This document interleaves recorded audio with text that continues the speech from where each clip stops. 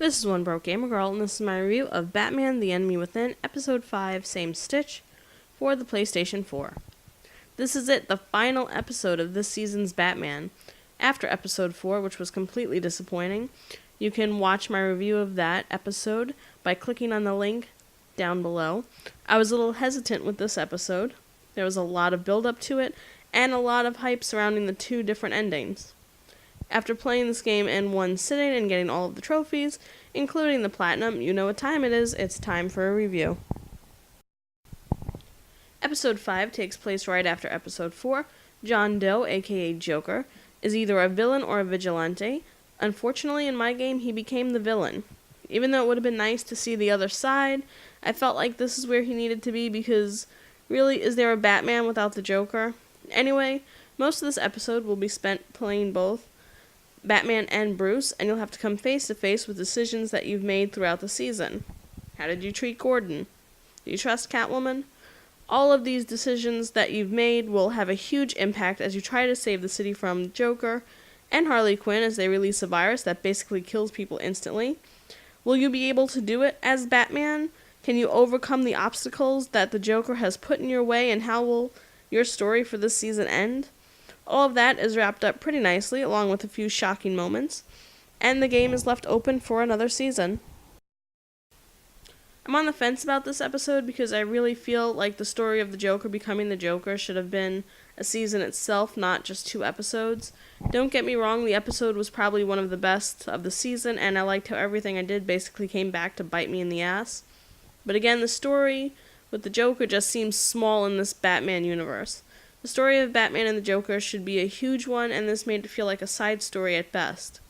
I hope that if they continue with this franchise, which I think they will given the way the game ended, that they pay more attention to the whole Batman and Joker story and give it a season by itself instead of just a couple of episodes. I felt like this was a really solid episode, though, and made the game. It concluded the main story of this season along with wrapping up any loose ends. There were a lot of different variations that could have been chosen, so it'll be interesting to see how the decisions made are going to branch off in other seasons. The gameplay for this episode was a little iffy at best. There was a little lag within the game, which is unusual for Telltale because if anything lags, it's usually the loading times.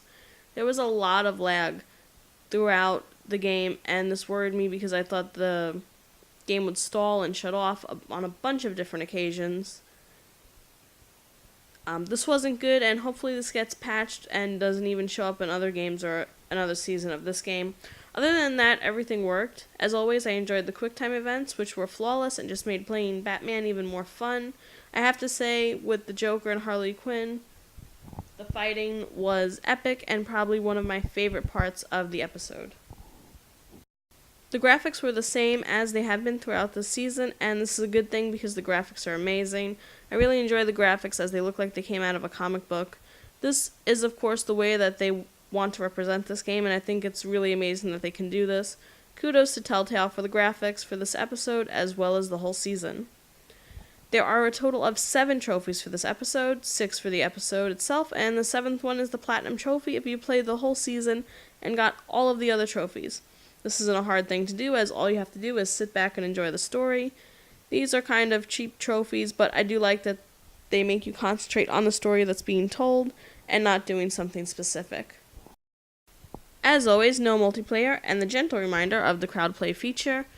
Guess what I still haven't done? I haven't hooked up the crowd play feature yet. If anyone has and you use it, let me know what you think about it in the comments section below.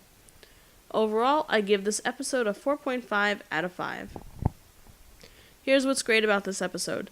A good finish to a season that had its ups and downs. It also leaves the series open to another season or for it just to end. Your decisions really do matter, and they will probably come back to bite you in the ass. There are also some shocking twists and turns and a major decision at the end that was pretty impressive. Not to mention stellar graphics that have been that way throughout the whole season. Here's what's not so great. The whole episode was laggy, and at various different occasions it felt like it would stall and crash. Not to mention the Batman and Joker thing could have used more than just 2 episodes to develop and then come to a conclusion. I was really conflicted when giving this episode a rating because it was a good episode, even if I don't agree with the way Telltale is handling the Batman and Joker story. It was a really great episode, though, and did a fine job of ending the season. It gave you just enough to go for the next season while wrapping up this season completely. I would say that if you held off on purchasing this season, that now is probably the time to buy it.